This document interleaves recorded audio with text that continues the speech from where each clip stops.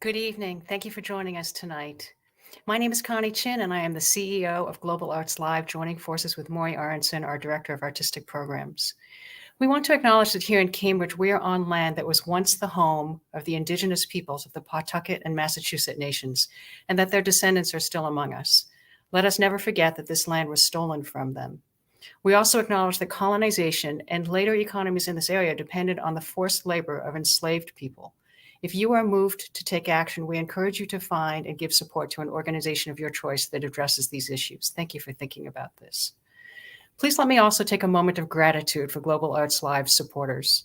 Specifically, this program is sponsored by Abudi Consulting, and our presentation of Jean Appolon expressions and this panel is supported by the Massachusetts Office of Tourism, the New England Foundation for the Arts, and NEFA's National Dance Project, as well as the Massachusetts Cultural Council. Thank you so much to these great funders for their generous support. Now, many of you are members, and we are deeply grateful for your support, which makes it possible for us to continue to bring you live music and dance events like tonight's.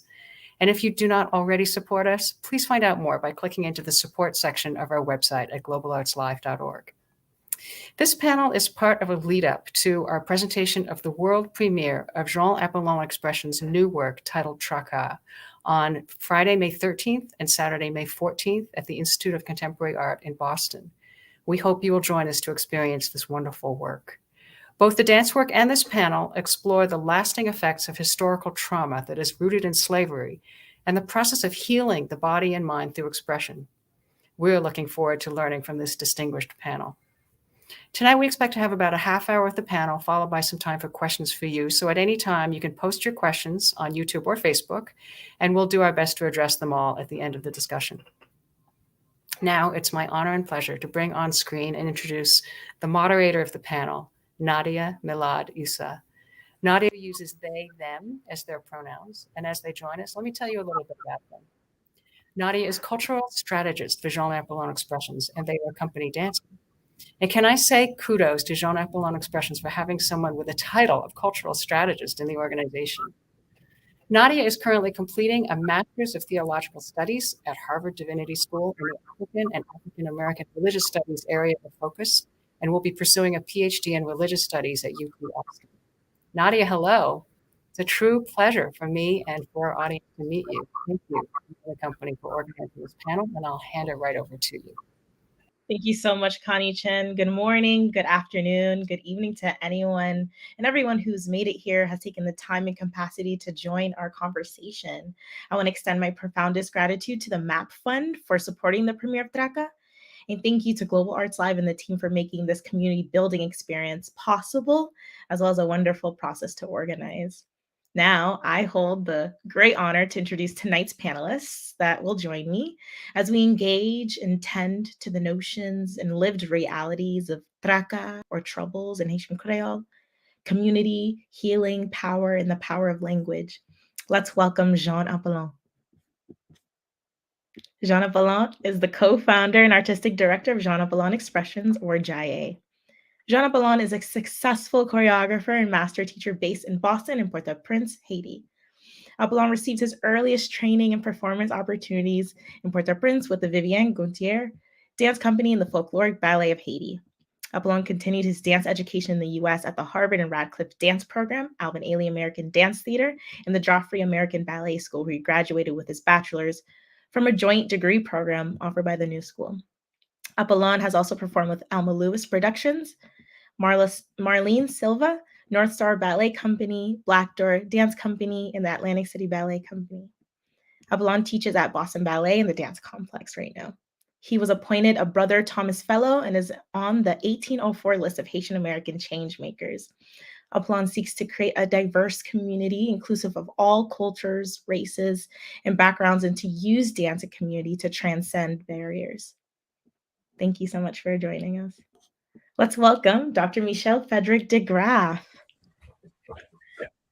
Amazing. Oh.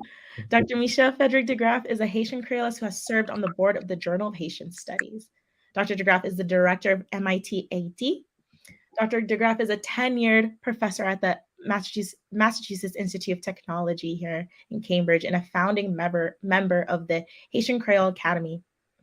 Dr. DeGraff's field of scholarship is Kreyòl language, also known as langue Kreyòl, linguistics. Dr. DeGraff is known for his advocacy towards the recognition of Haitian Kreyòl as a full-fledged language. In the fall of 2012, he received a $1 million grant from the National Science Foundation to introduce online Kreyòl language materials in the teaching of STEM in Haiti.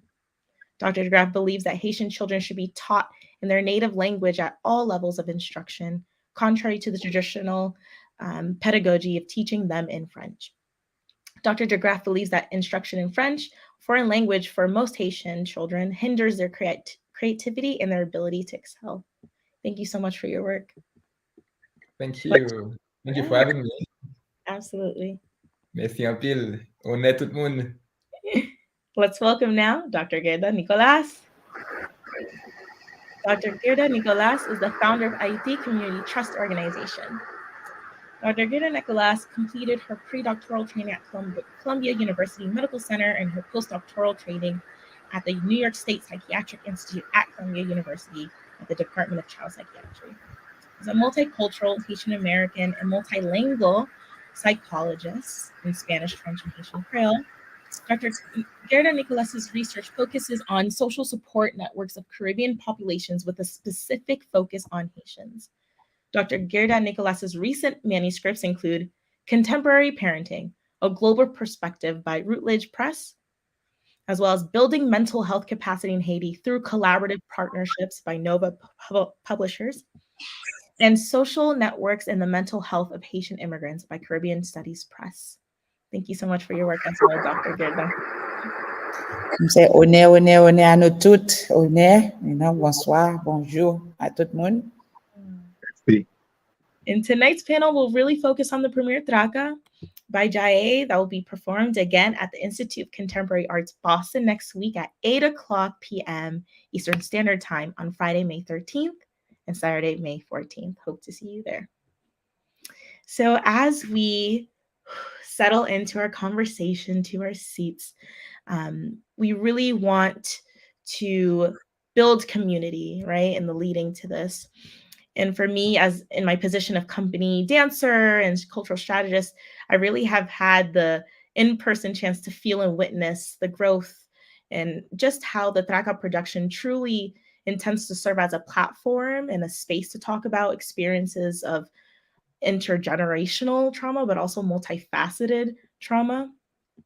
The Traka production seeks out, for me, to normalize the act of holding systems of violence accountable. Truly, I find that Traka is a form of a call out almost on socio-political violence, both historically and that unfortunately continues in the present day. And it's been an honor to really be seated in that.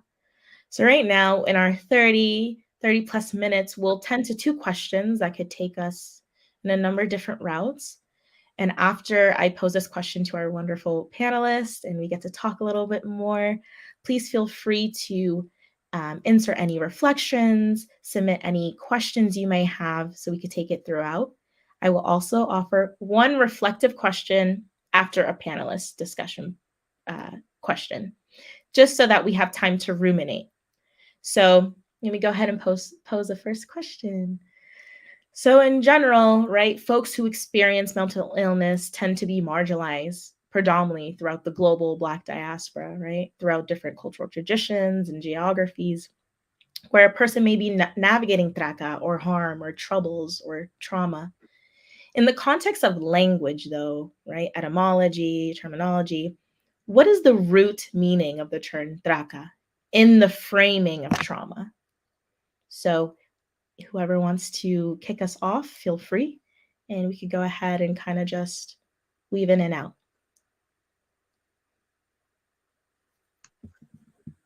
I think I'll go because Traka for me, when I thought of Traka, I just really, the word Traka really brought me a lot of bad memories of what I witnessed in my country of Haiti growing up there. And also the death of my father in 1991 when my father got killed there, because it was a very deep trouble moment. And Traka was really the vivid word in my mind. And since after that day in 1991, I felt like this Traka just kept on pushing me forward, but at the same time making me very scared. And to me, that word resonate a lot when I, yes, think of Haiti, but also still seeing the state that Haiti is still is as we are speaking right now on the screen, to know that the same kind of atrocities, injustice, and corruptions is still suffocating us. And to me, that's the ongoing Traka that's keep on really making me afraid at the same time, but also wanna keep pushing forward to share my Haiti and my culture and myself with Haiti still, but also with other communities. And maybe we'll go to our linguist, Michel.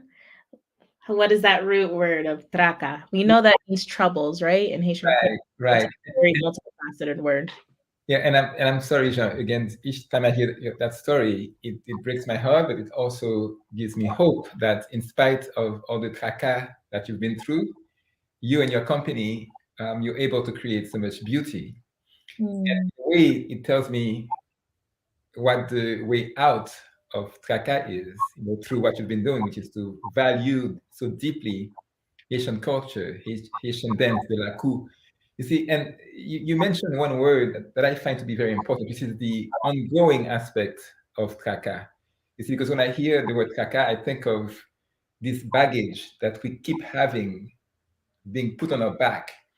And as you mentioned, ongoing, we have to really think in terms of since when has this Traka begun? And in a way, we can say that it began since 1492. You see, so it's been centuries of Traka. And if you look at, in fact, I've been very lucky this week to spend lots of time with a historian, sociologist, Jean Casimir, and he wrote this beautiful book about a decolonial reading of Haitian history. And in his book, and it's amazing. When I read his book and I think of your work, the work of Jai, when I think of Traka, and you mentioned even the other day that you creating a piece called Pouvoir. You see, so all these concepts, Traka, Pouvoir, and Lakou, you had a piece called Lakou last year. So these are key concepts that hopefully will get us out of these Traka, because one of Casimir's main point is that although we've been undergoing Traka for centuries, since 1492, but we've also managed to create our own culture, a counter-plantation culture, a plantation that goes against the source of Traka, which is what he calls la Grande Diable, which is basically the hegemony, both geopolitical hegemony, but also hegemony within Haiti. As you mentioned, in Haiti, we have these long-lasting social struggles, some of which are rooted in language. See, and I'm sure that Guerda will tell us more about this. But I think language is at the core of our liberation. And when I mean language, I also mean the language of the body, the dance, what we see in Vodou, what we see in the tracing of the veve. You see, all of that I think can be sources for out of Traka. So thank you so much for the work you're doing, and I think that when I see that work, I feel very hopeful. I love going after my men of IT. Let me just say that for the record, because I think they've done such a great job with highlighting exactly it.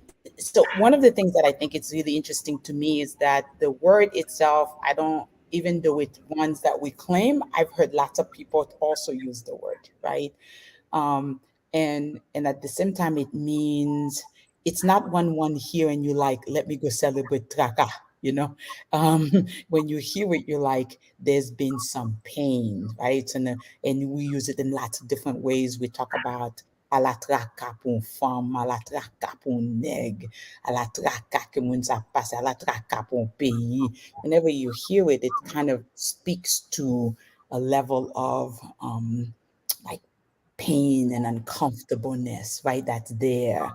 And so, and because it's pain, it oftentimes it's like what you're feeling in the body, it's sort of like when even the word itself sounds loaded, it sounds heavy, to let you know that you are carrying such a load, for the person's like, how do you unload this? How do you discharge, what is it that you are carrying and so forth. And I can't think of any better way. This is why I'm excited about the company doing this show next week, because what better way for you to unload that, because we're talking about things that are in the body. And let me just say that I think sometimes we think about it as like Traka that's now. It's like Traka that you've carried on for generations, from generations, right? So I'm not just holding my own Traka. Some game problem bam like a pasikunia, right? My own issues that are happening right now. But I'm also the bearer of my mother's Traka and my grandmother's Traka and my great grandmother's Traka, I remember. And so I think that kind of like intergenerational stuff that still is in your body, speaks a little bit around just the concept. It would be wrong for us to think of it as a word, as opposed to as something that you experience and feel and live with, right? For me, that I oftentimes think of, right? That really then affects the mind, it affects the body, in such a significant way. Mm-hmm. Yeah, thank you all for pinpointing the active presence, the ongoing, right? That this temporality is not static, is not a singular experience, right? There's a sharedness. There's like in terms of Traka, we are tethered to other people in that, right? And how it's held in the body, how the somatic, the feeling of it, right? And how better than to dance to vibrations of the drum, right? How better to let that go, as what I like to say, like colonial pollutants, and how we offload that. And I think with Traka as the production, to have well over 70 minutes, we get to be in that, right? That is, it is a going, this before, this after, this ever presence of troubles, that we really get to go from section to section, really teasing out and sitting with our Traka and shared Traka. And you'll definitely see that in our body weight and how we, in our different qualities and in our pain, in the stories and the gestures that we use, is that Jean made sure that in our process that we had, we always had a circle check-in, and we always had a way to drop into the work before we go in, right? That we really honor that work, and that to give us the characters to really represent this multifaceted experience of Traka, and also the l'espoir, the hope, that we don't just end there. Absolutely. Right? That we do have moments of liberation, of l'espoir, and that is in each other, and that is in community, and that is in knowing that you're not the only one. It is that sharing and that figuring out, which is just so beautiful. So what I want to just pose, before we get more into it, to those who are watching, what language have you heard surrounding persisting trauma in your socio-cultural upbringing, if you had access to them at all? So kind of for those who are watching, what is the language that you've heard in your surroundings, communities, that is around persisting trauma, hardship? If you want, you could go ahead and share that. If not, you can ruminate, write it down, journal, just think about it. But that is just something for you to just sit with, as language, right? Or concept, experiences. What is that? What did that look like, sound like, smell like? What did it feel like? Anybody wants to continue with Traka? I think for me, when you're talking about what language resonate with you and your tradition, and to me, I can just tell you that the biggest fear that I had leaving my country is to know that I have to speak another language. The biggest fear. I can tell you, I was 16 years old. My brothers were 4 and 11. and I'm walking by myself because my father was already dead. My mom was already here in Boston. I'm leaving Port-au-Prince, Haiti, June 13, 1993. Sunny day. Everybody in the neighborhood are so excited for us because we're gonna leave Haiti to live with my mother. I am excited also to go see my mom, but at the same time, as soon as I left Haiti in that plane and I hear all these English words the pilot was saying and I did not understand pretty much nothing in it, and landing here and I was questioned at the immigration office at the airport about what I'm doing here, and I have no help. And the immigration officers know that I came from Haiti. I was a young kid with my two brothers that we don't know nothing, and they kept us and asking us all these questions. And to me, that was the most scaring thing ever. To know that I'm being questioned with another language that I need to already get because my mother was like, just do your best to just answer the questions when you get to the airport, at the immigration office. And to me, staying here also to in Boston, learning English, going to school and seeing like things are very different than what I've grown up to be. And I was like, wow, is this the life that I'm gonna have to continue to face every day? Because not hearing my language every day in my ears, not seeing the way people move, the way people activated themselves in my country is completely different. And to me, that's something that still today I always tell people that I always share that with people how I feel like I miss my country so much. And sometimes they're like, why don't you just go and live there? I would love to. At the same time, I want people to know that, but at the same time, I feel like the mission that I have here to just be a voice for my country, but also to really trying to continue to make other people understand that we are very welcoming, we are very intelligent as Haitians, but we are very powerful when it comes to our story of proclaiming our freedom and continue to share freedom for other people around the world. So to me, that's the story that I want to continue to share also. Ajay. Yeah. So if I can add something to what Jean just said. So Jean, you just described the traka, the pain that you felt moving from Haiti to the US. And you described how you felt so lost having to basically communicate and live your life in the new language. And that reminds me that in terms of the traka that Haiti has been suffering due to hegemony for centuries, going back to 1492. And it's a point that was stressed to me recently by again, this professor of history and sociology, Casimir. He said that, well, let's think about this, that since 1492, since Christopher Columbus, the nation in Haiti has never been ruled by a state that uses the national language.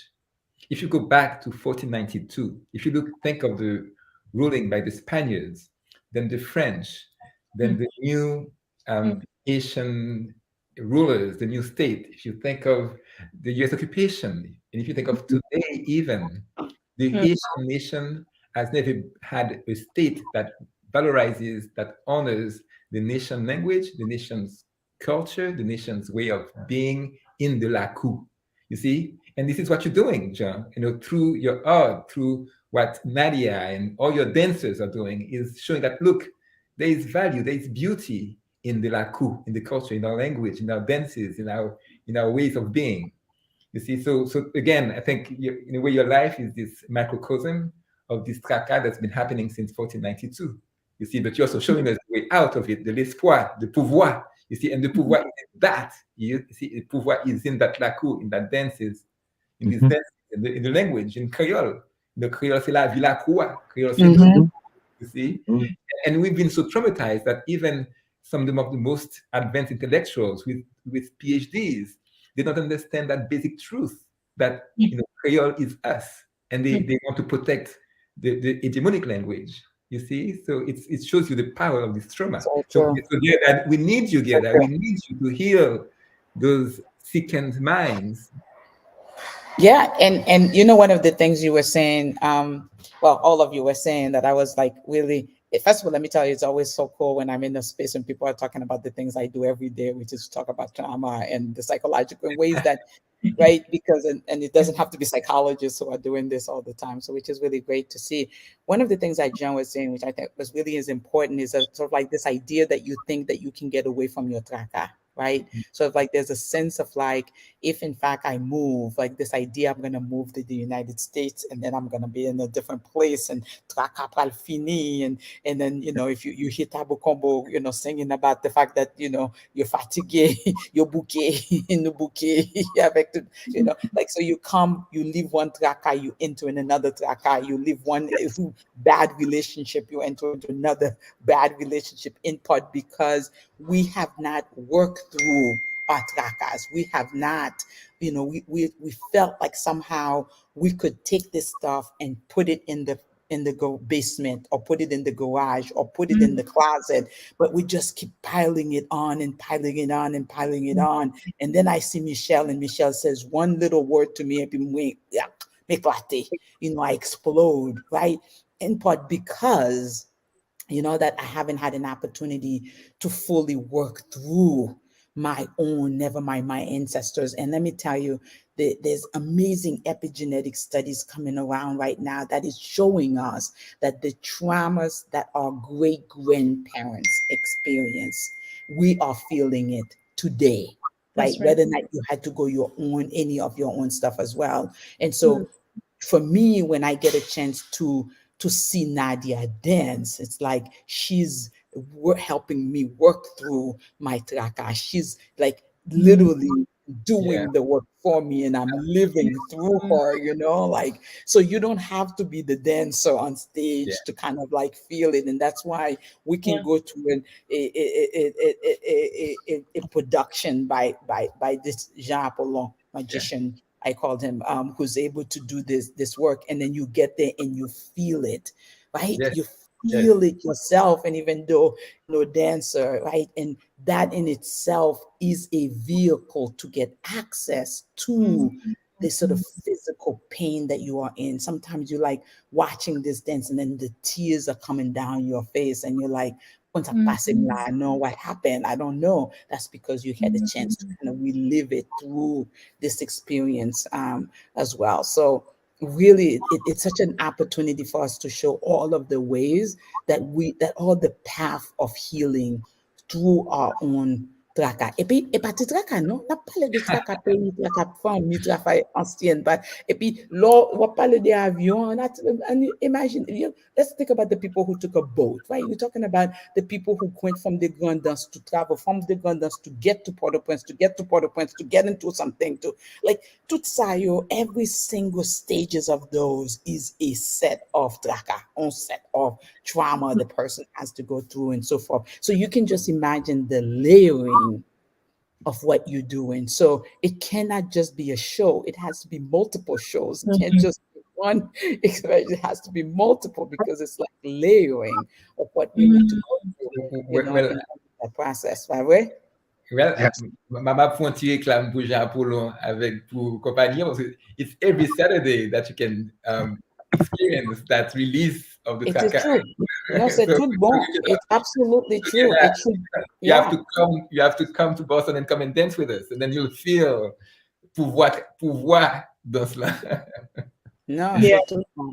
And thank you, Dr. Nicolas, for bringing up the ways in which you don't have to necessarily be the artist or performer on stage to also access this kind of physical working, right? I do a lot of work on ancestral trauma, intergenerational trauma, and post-traumatic growth with my colleague, Ali Dyer. And we talk a lot about mirror neurons. And so the idea of like, you see someone opening a car door and something clicks in your mind of like knowing that action.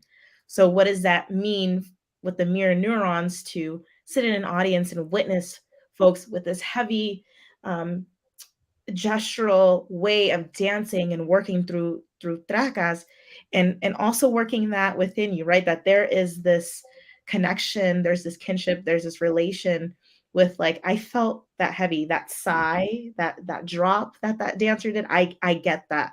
And it doesn't mean that professional dancer or not, is that people who move, who breathe are dancers, right? Who breathe are movers, and a lot of what we carry is it does sit at the body, right? So a lot of the work that I do with my colleague is targeting the parasympathetic system, and like what are ways where we can feel safer in our bodies, and we have a lot of those ancestral and art-based practices so that we can make sure that we tell our body and our systems that we are okay, we are safe, we're going to get through it. And so I really appreciate that seeing and that relating and that locating in the body. It's quite powerful. Yes. And it's especially true, Nadia, given what you're saying, because we know that the number one sign of what makes something it like stays, that makes the trauma become such an ingrained thing, is avoidance.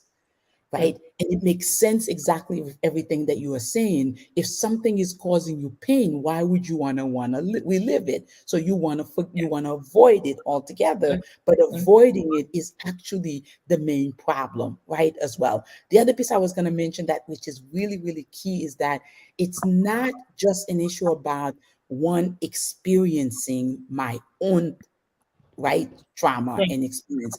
So me watching Michel, my brother by country, by culture, and so forth, experiencing something is also traumatic. That's what we call vicarious traumatization. So I can also be impacted by that type of just watching somebody else is having a difficult life, right? And so on. And that's enough for me to be able to do so as well. And which is why, for me, dance becomes like a vehicle, right? I went to, if anybody's had a chance to go to the African Museum, and there's that whole section on freedom and slavery and so forth in there. Most of the people I go to can't go through that piece like they can't do it. But the issue is, like, every time we don't do it, we don't go through it, it makes it difficult for us to be able to like go through that, and heal from that particular experience. Right. But if I'm watching a dance, and the dance, it's a different kind of thing versus if I'm going to a museum to watch and see and experience it. Or I'm listening to music or the drum. It does something differently than if I'm asked to go and see the images of the people and how they were impacted and so forth. So it's just all the different kinds of ways. I'm just trying to get into the dance company, Michel. I don't know about you. I see Michel all the time trying to get into the dance company, dancing. But I'm just saying that to me, it's like such an important way for us to really heal from a variety of different things that we are managing. That's right. Hi, Bobo. I see that we have a thoughtful comment, if you want to bring it up. A mentor mentioned to me just tonight how in some ways we have become the overseers of our own minds and bodies. We do the work of the traumatizers for them.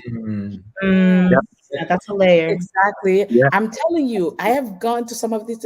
I used to follow Jean Appolon around in Haiti. You know what I mean? Like, because like when he does these things, like you feeling it, like you get access to your own emotions because you're crying. And because of everything you said, Nadia, at the beginning, because talking about one's trauma, crying about one's experiences is oftentimes stigmatized. But if I'm watching you dance or Jean dance and I'm crying, nobody questions me. Nobody wonder whether or not is this related to me at all, right? So we all have like a shared experience of what is it that we just experienced versus, oh, something must be wrong with her. Right. So it allows the space to say, let's all show our expression. Yeah. Right. Yeah.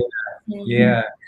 Actually, that comment by Francis Latour is so profound, and it also points to our history. So Francis says that many of us, or we've become the overseers of our trauma. Basically, we're doing the job of the colonizers for the colonizer. So and that often happens because of education, you see. Right. And I think what I would like us to think about is how, in a way, JAE, the dance company of Jean Appolon, is, I think, in a way, giving us a model for how to get out of us overseeing our own trauma, of us repeating those patterns that that basically throw us away, throw our worth away. So Jean has this with Jean and Meg, they have this Saturday morning class where they teach little children how to dance, but also how to read the world through those wonderful books that introduce topics of migration, but all of it's about respect, mutual respect.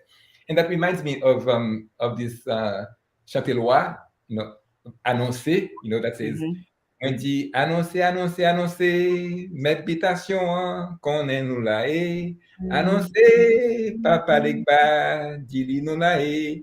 Now this is the part that's important.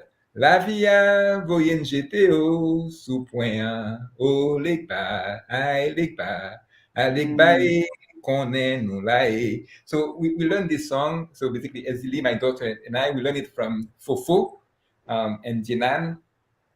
And what that song says actually is basically an anthem to Black Lives Matter. It says, well, the master of the plantation is not my master. And here I was lucky to speak to Tidiri Mede about how to best understand that song. And the point is it's a deep one, that you own the plantation, but you don't own us. You try to throw us away. So, la via voyen GTO, sous point, o legba, a legba, so go tell the master that we are still human. You see, that's not that we've forgotten, because that comment by and we are still here. We are still here, and we do not need to do the work of the colonizers anymore. We do not need to protect French, for example. So there is a recent debate, in Haiti about whether French is in danger, that we need to protect French. But what? We have people suffering because they're not being ruled by their own language. Some elites are trying to say, we need to protect the creators of our trauma. You see, so this is deep. Thank you, Francie, for sharing that. I'm going to remember that. Let's not be overseers of our trauma. Let's be liberators. Thank you. Sure. Thank you so much, Francie, for your comment. It actually alludes to the second question, which is for us to think about both the internal, which might be familial, community-based, or the internal and the external being socio-political systems, authoritative powers in our lives. What are those forms of trauma? The internal and the external. And we see how in the external, what is the attempt is that there is this attempt to disembody Black folks, right? Or people who have gained liberation, who have liberatory practices. There's something about the controlling, the dampening of someone feeling in their bodies, safe in their bodies, healthy in their bodies. Whereas John is saying, this is your body, this is your space, feel your body, feel throughout. And sometimes he says, don't even think about my corrections. Like, don't even think about being really, yes, like think about the choreography, of course, but be there. And it's not this performative performance, but it's the showing up and feeling fully your bodies from the strands of your hair to the tippy toes. Is how do you actually be in your body and be unapologetic about it, right? So there's something about the threat of Black flesh, of Black people, those who are marginalized in the global spectrum, of us being in our bodies, right? That is the threat, right? As we hold our cultural traditions, that are oral traditions, we pass them down through dance, through song, through storytelling, through chanting, through spiritual religious traditions. There's a threat there, and what we're doing is countering that exactly. So thinking about internal and external, what are those forms of trauma? Myself, I'm still dealing with it every day, because not able to really wake up on a Saturday morning or any day during the week to just go and be even around my neighbors that who used to just start, giggling about something very funny and very stupid, and we all laugh in it, and it feels good.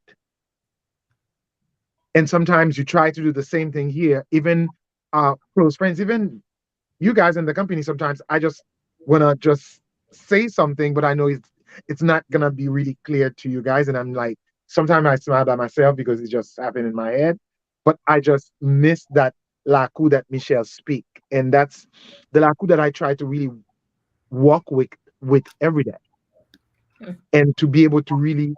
Sometimes say the song in my head and in my mouth. When you guys are dancing, sometimes you see me like mumbling some song or the rhythm of the drums.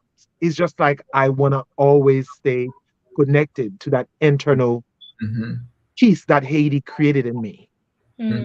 And that's Mhm. what I want to continue to share Mhm. with everybody, Yeah. not only the company, but with my community here in Boston or anywhere I go, even when I go back to Haiti to teach. Sometimes I teach and like Dr. Guerda said, I'm teaching sometimes, and I will see Dr. Guerda sit down in the back with other members of the center where I teach, and the way they look at me, I'm like, why are they looking like me like this? But it's after I finish teaching, I'm like, oh my God, they so into it. Their energy is so Yeah. connected to what I was doing. But to me, it's after I'm realizing how much energy that I try to put out there to be able to make kids understand or other people understand or foreign people understand the the the the piece that I'm trying to find. And the piece that I'm trying to find is to find my authentic Haiti. It's to find the song, it's to find the drums, it's to find the colors that I need. It's to find really this remedy that Haiti create for me, despite of the trauma that I saw in Haiti. Haiti also create a lot of remedy for me. Mm-hmm. It's to understand that way I can go to the supermarket and find everything that I used to consume in Haiti, and that I don't have to really call my family all the way in Haiti to trying to send me a package so I can really taste some of Haiti. So all this is like internal and external, and to me, it's a very sensitive way of living, of knowing that you cannot have all you that you need. You cannot have it at a certain place because you're not living in your country. And sometimes when you ask for that, people might take it very sometimes wrong. Otherwise, people might be very misunderstood when you said, this is what I need to really move. And sometimes they don't Mm-hmm. understand it. And that's just why I become very, very respectful towards other race or other cultures, because I'm always trying to be very peaceful when I go to some other cultures or some other tradition, because the way I see them move, it's something that I'm very curious about, and it's something that I'm really taking very greatly, because I know sometimes they might not have their own instruments to really do their services or their way of cooking, but I'm looking at them and just be like, oh wow, I feel a parallel issues that they're dealing with, and that makes me feel very close to, because I have a lot of Jamaican, I have a lot of uh, um Irish friends, and sometimes the way I see them trying to find things that they used to find in their own homeland and they're not finding it here in America, and the way they kind of saying, you know what, in my country this was $2. Here it's like $15 to buy it. And Mm-hmm. all this make me feel like, whoa, there we are so connected in a way, but at the Mm-hmm. same time, I want to continue to really find that Haiti that I knew living Mm-hmm. in Haiti. That's right. And you know, And one of the things you were saying, sorry, Nadia, sorry, go ahead. okay. Okay. You know, one of the things you were saying, I think that when Nadia was asking the question, what you were saying, John, there are the things that happen that is happening every single day outside of the moment we leave our home. It used to be when we didn't have internet and social media and so forth, we could say it's just the radio, right? And so forth. But now, before I leave my house, I'm already traumatized. There's all these other stuff that I've been exposed to, some kind of dehumanization, racial violence, racial this, right? That's happening throughout. And those are all external. There's the political piece, there's the social piece, there's the community in which I'm in, right? And and so forth. I mean, we used to like sort of look at our black countries or black communities and we say what's wrong with them, as opposed to what is the system that had produced this thing in which Mhm. we find ourselves, right? And so on. And then there's the internal stuff, and by that I'm just talking about the abuse. When things are happening outside, when the system is sick, and live in a lot of sick systems, the people within this system will also be impacted and will be hurt. So we hear all the people say hurt people, right? So if I'm hurt, I hurt other people. So the abuse that we are seeing, but physically, imagine that for a moment, a parent who gives birth to a child who ends up abusing that child, right? That can't just be naturally, I wanted to hurt the very thing I brought into this world. That is, it speaks to the larger issues and system and the layering of all the things that we are saying. Words we use, sometimes, like when somebody say, oh, ou belle ti mademoiselle, oui, Nadia, ou belle, oui. Et puis, what makes me so beautiful? And the person say, oh, because, oh, she's light skinned, or cheveux soie, and so forth. And the very person who's saying you belle because you are light skinned and have this type of hair, themselves are darker skin and their hair is not soft. What is the message that is saying about the person in terms of how they see themselves, right? And so on. So really thinking through both the sort of stuff that is happening outside our home and then the things that also is happening inside the home as a result of this layering of stuff that we're talking about. It's a system thing that requires a systems intervention. We haven't talked about, and in my field of psychology, we don't say, how do I diagnose a system? We say, how do I diagnose a person, right? And that is what we know what to do. And so we assume that the problem is the person as opposed to the problem is the system in which we are in as well. So we have to kind of take a look at that when you're talking about this sort of external, internal piece, I'm very like I was saying to somebody just the other day, like we have a façon nous dit, moun an deyo. Et puis là, on a parlé de moun an deyo. Who are the moun an deyo? Like the people all outside of Port-au-Prince how could a whole entire section communal that are all outside of Port-au-Prince be moun an deyo? But the one little area, e moun an dedan, moi-même, moi, di m'bal vini moun an dedan. OK, kwenye mba utilize moun an deyo encore même, mse moun an dan. OK, mse msosti dos. I come from a rural community. So this is what Michel is teaching me about, ways that you can use words and language to literally reshape your mind. Yes. Right. Yes. To reshape your thinking. And so by virtue of us not saying moun bel la or moun clear or moun ande yo, not using these types of words allow us to not do the things internally to ourselves and to each other under the same, umbrella. Yes. And for the folks to ruminate on, a question I pose is, what compounding forms of trauma have hindered healing and what has supported your healing journey? Again, this could be something you meditate on, right? Something you can journal about. And to close, I really want to pose to Jean, now that we moved from your production Voyage to Laku, to Traka, and to your new work that comes up next. I want you to talk about, what is that connection? I think a lot of us here are wanting to hear that. It's a lot of connections, because the connection of Laku, I really wanted to share what I've seen in Haiti. My house used to be, when it comes to my mother ruling the house, even though my father was alive and was very like in the military and was a big voice, but my mother was really the voice of the house. So I wanted to really show that in Laku, and also really the where I belong and how I feel about this place called Haiti. And before Laku, we did Engagé also, to where I was trying to engage everybody and what the colors of Haiti were, and mostly the folkloric part of Haiti, how it is. And now when I did Traka, I really wanted to do Traka forever, because I really wanted to talk about this trauma that I witnessed. And now I came in this country and I've seen so many people dealing with the same trauma or even worse, because I've seen a lot of drug abuse in this country. I've seen things that I never seen in Haiti about kids coming into school with guns and start shooting everybody. It's not something that I heard in Haiti ever when I was living there. Right. And I've seen poverty that I never thought people are living in poverty here in America.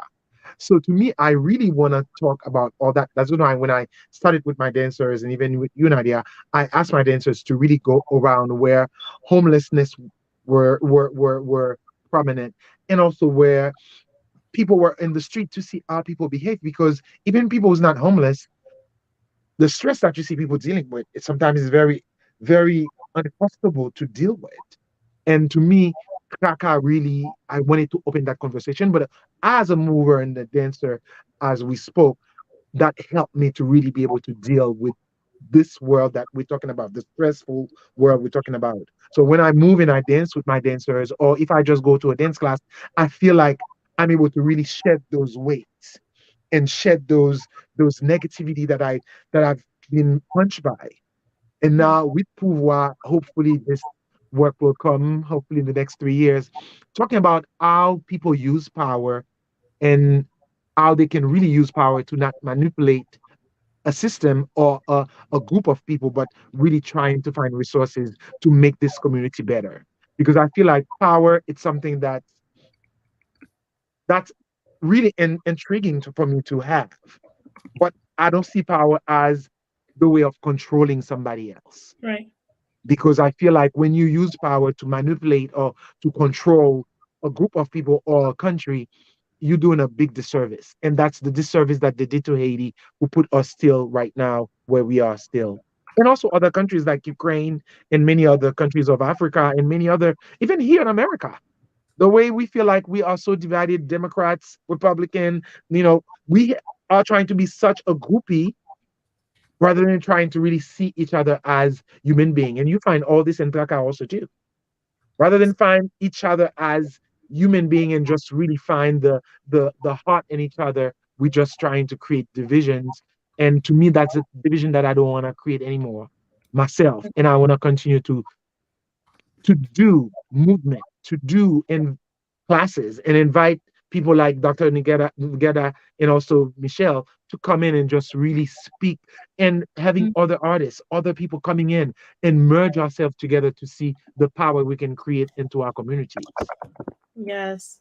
Beautiful way to bring us and to kind of wrap up this conversation is this reframing of power and how we are tethered to each other. I always say, like, Black liberation means the liberation of everyone, that actually my struggle is your struggle and your struggle is mine, and that we're not free until we're all free. And so there is that, like, we are stuck with each other whether we like it or not, and so let's help each other through it. It's easier to be kind. It really, it really is. People would be surprised. It's easier to be kind and to be compassionate, and then to also turn that compassion to yourself. I think we have 2 comments as well, if you want to bring them up.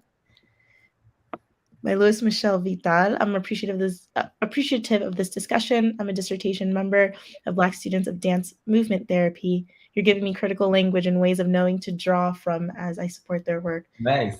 Thank you, Louise. Thank you. Louise. Yes, Francie Latour again. The Lakua as a physical space reminds me of how visual artists are healing from the traumas of colonialization in place-based practices, disrupting, transforming monuments. Yes. Thank you, Francie. Love you. Francine. Initiative MIT-Haiti. So glad to hear titles like L'Acquis and Pouvoir that are so central to the beauty and power of the sovereign people of Haiti. This is the title of a chapter in Casimir's book. Ooh, I have to get that book. The Decolonial Reading Haitian History. It's an excellent book. Yeah.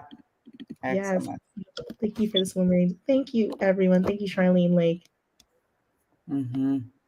Thank you. We'll end there. Please ruminate on those reflective questions. And I want to say thank you to Jean Appolon, Dr. Guerda Nicolas, and Dr. DeGraff for tending to Traka in such a loving way. Thank you all so much who are watching for tonight's conversation. And back to you, Connie. Thank you. Wow, thank you so much, Nadia, Jean, Michel, and Guerda, for this really deep, personal, and enlightening discussion. And thank you to our audience for their comments. I don't know about the rest of you. I personally now have several pages of notes for reflection to keep thinking about the things that you've been talking about. Before we wrap up, let me mention this digital presentation will be available on both YouTube and Facebook for the next few weeks, so you can point people to it or come back and look at it again. We are indebted to Jean Appolon Expressions and this panel for bringing us on a healing journey. And as a final word from me, also this presentation makes me more eager than ever to see the dance work, Traka, and I hope everyone is able to join us on May 13th and 14th for the world premiere of Traka with Jean Appolon Expressions. I look forward to seeing all of you there. Thank you, everyone, for joining us. Have a great evening. Thank you. Thank you so much. Thank you.